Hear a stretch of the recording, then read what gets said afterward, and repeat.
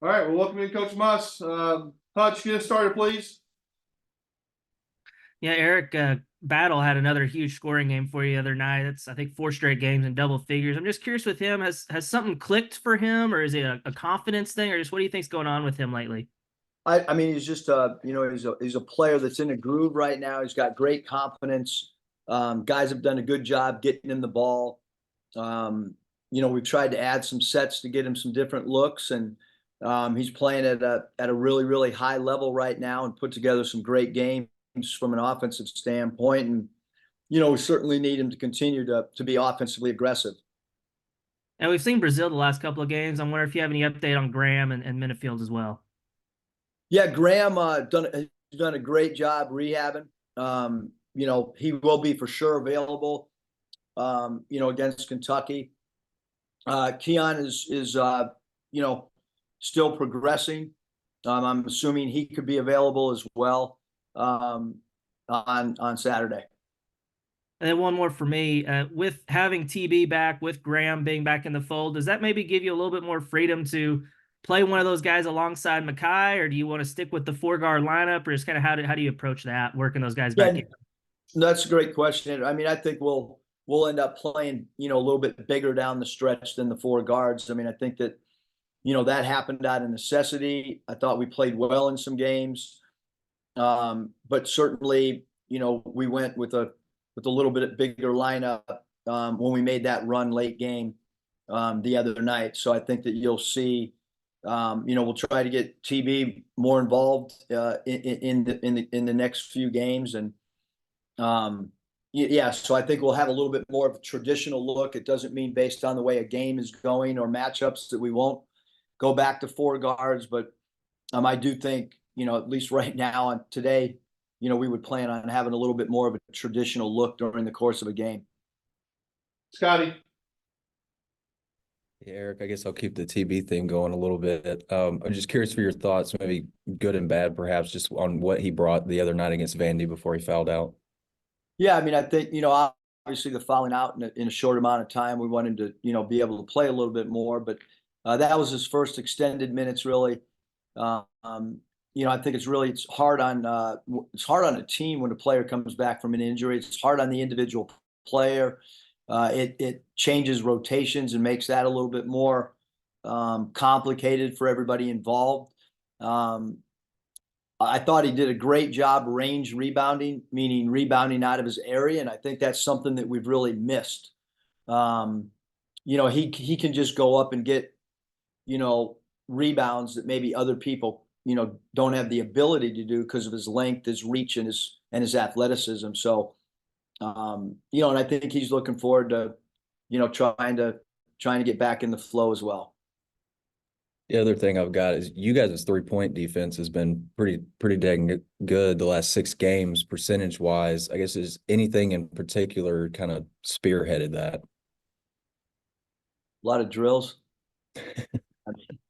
Yeah, I mean that was a hole, Scotty, that that we had.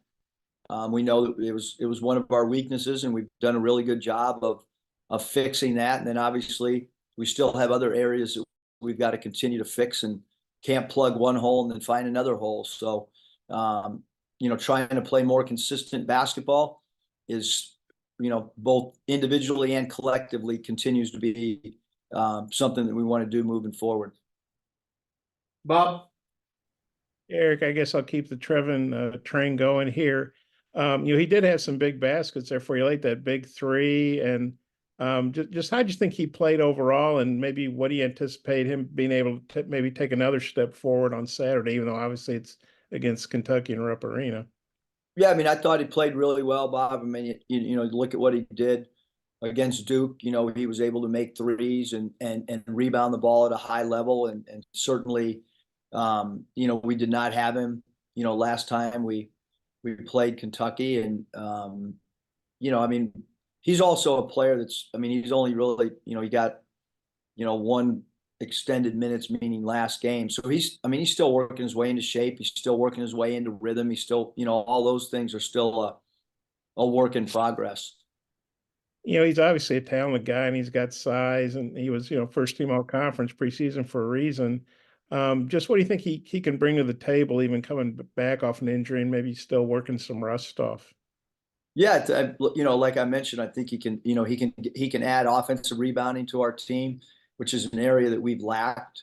So yeah, offensive rebounding. I think he can be a perimeter threat for us with three. He's got the ability to tip dunk. He can run the floor and get some, easy baskets, hopefully in transition based on his ability to run. And then defensively, we've been a really good shot blocking team all year, with the exception maybe of a few games in like last game. But he can add shot blocking to us as well from a defensive standpoint. And he's one of our better defensive rebounders.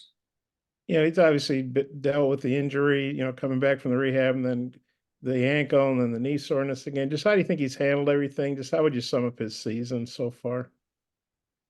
Yeah, I mean, I think much like the entire team, we've had some good moments and we've had some moments that we'd like to get better. And certainly when a player goes out with an injury, that can, he rehabbed really hard all year and then he goes out for, nobody wants to, be out in the middle of the year. That's a hard thing to regain your flow, especially this late in the season.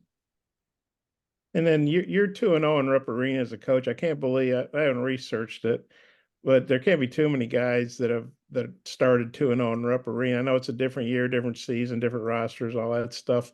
But the fact you've had success there, Devo's, was part of those 2 wins.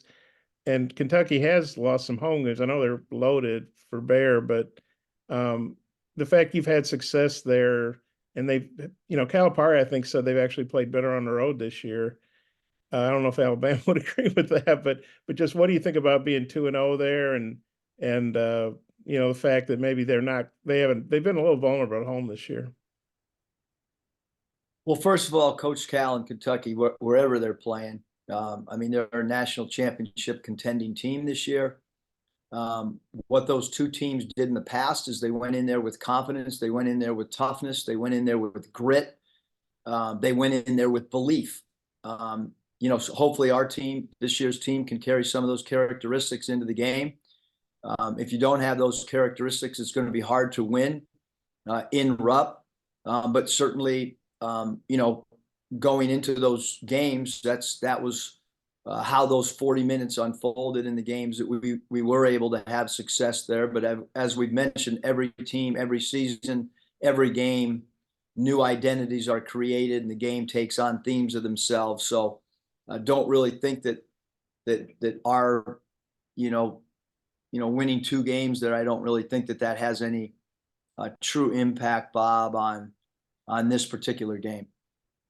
Okay, I got a couple more if time allows. I'll turn it back to Mike. Thanks. And you're killing my angle.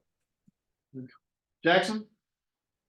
Hey, Mus, just wondering, you guys are obviously, you're just 1 game out of that position to avoid the first day in the SEC tournament. Has that been something discussed at all with the guys, or is that, can't really think about that at this point? I mean, I think you discuss the state of where you are based on, where your team is mentally. And, at some points we have discussed it, and other points, there's been no reason because, we have 3 games left, and the biggest theme is how do you compete, give yourself a chance to win, the next game on your schedule. And then if you do that, good things kind of happen, Jackson. So, in our mind, it's how do we get ready for Kentucky? We can't control what other teams do in the league. Obviously, we have a very difficult schedule the last 3 games. I mean, playing at Kentucky, playing at Alabama, and LSU at home, a team that they did what they wanted last time in Baton Rouge against us. So we have difficult 3 games. You got to get ready for each game. Each game's going to take shape based on how the players on the 2 different rosters compete against each other. Anthony? Yeah, Kentucky's offense has been really clicking over the past couple of games, over 90 points in both. How do you kind of, prepare for a team that's clicking on that level? And how do you, I guess, how have you assessed what they've looked like over the past couple of games?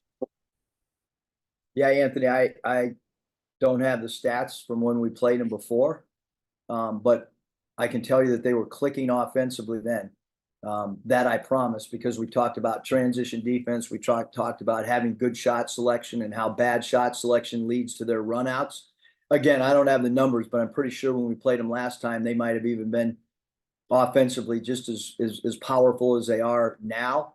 Because I vividly remember and have our practice plans sitting on my desk, and transition defense, shot selection, not turning the ball over that leads to their easy baskets, all a big part.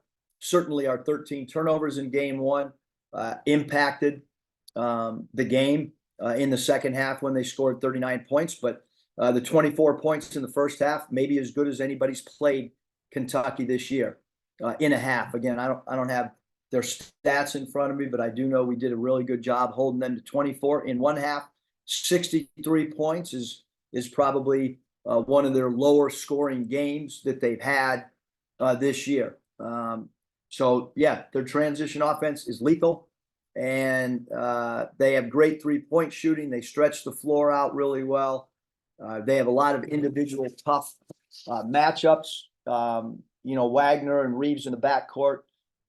Obviously, Dillingham, one of the most talented players in the country and a high draft pick, did not play against us last game. He really adds to their transition game. And Shepard is as good a transition scorer as there is in the country as well. So a lot of areas that we've got to do a good job in transition.